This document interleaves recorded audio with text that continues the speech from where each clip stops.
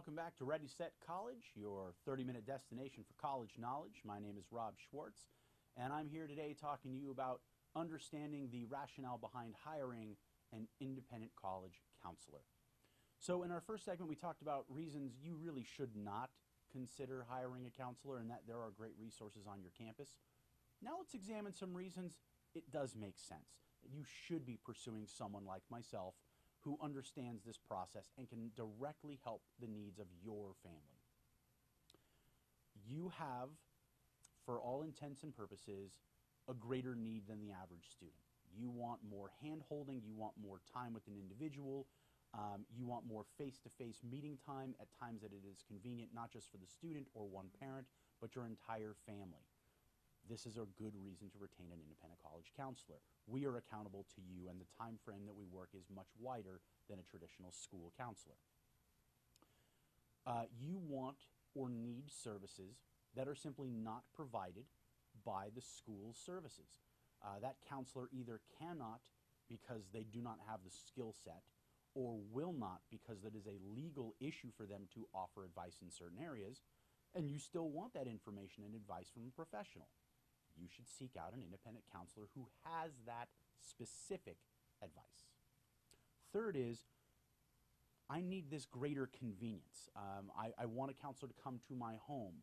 I don't have time to leave the house. I've got other children. I'm busy making dinner. My husband travels a lot. Whatever it might be, you need to have someone accountable nearby your home or in your home to help you solve these problems. Again, seek out a counselor who's going to fit the needs of your home and your family. This is about, strangely enough, just like picking the right college, picking the right independent counselor is about fit and matchmaking. It's finding the right needs and matching them with your own. We're going to talk about a few of those things right now. So there's a pretty big laundry list of factors involved in finding the right college counselor. And this is really, really important. Do not just jump onto the old Google machine and start looking at, college counselor ratings. This is too important a decision to rely on, well, this person has 3.6 stars on Yelp, they're okay. You need to talk to people who've used these services before, who can speak very clearly about what they did and what they did not get.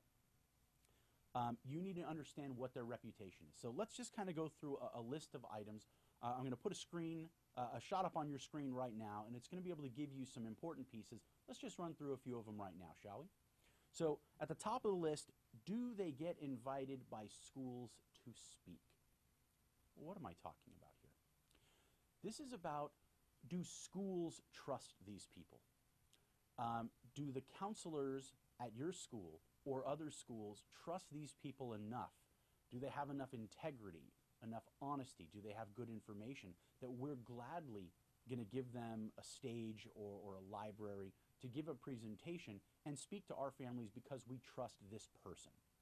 That is a really good sign that you've come across someone who actually knows what they're doing, because they have been vetted in some way, shape, or form by either the school or members of the school and have said, yes, this person is good to go.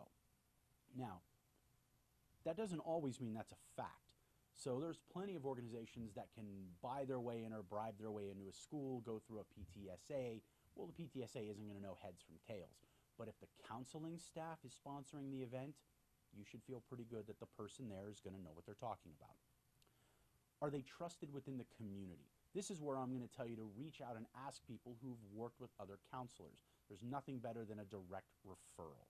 If you're looking for referrals from those counselors, be frank with them that you'd like to talk to someone or at least get some feedback from people who have worked with them in the past. It's important to feel that there's a trust level there that you can go to, that this isn't their first rodeo. Do they have college counseling certification or an MA in counseling?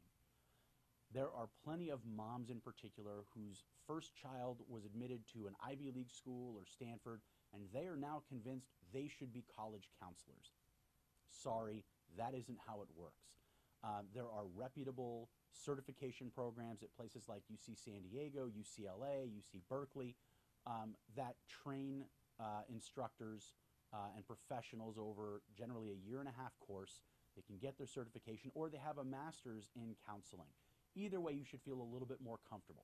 If you're talking about a financial aid person, do they have a financial aid certification? I believe it's NICCP certification is what you're looking for there. I have a lot more on this list to come back to, so don't run off. We got a lot more to talk about here about independent college counselors on Ready, Set, College.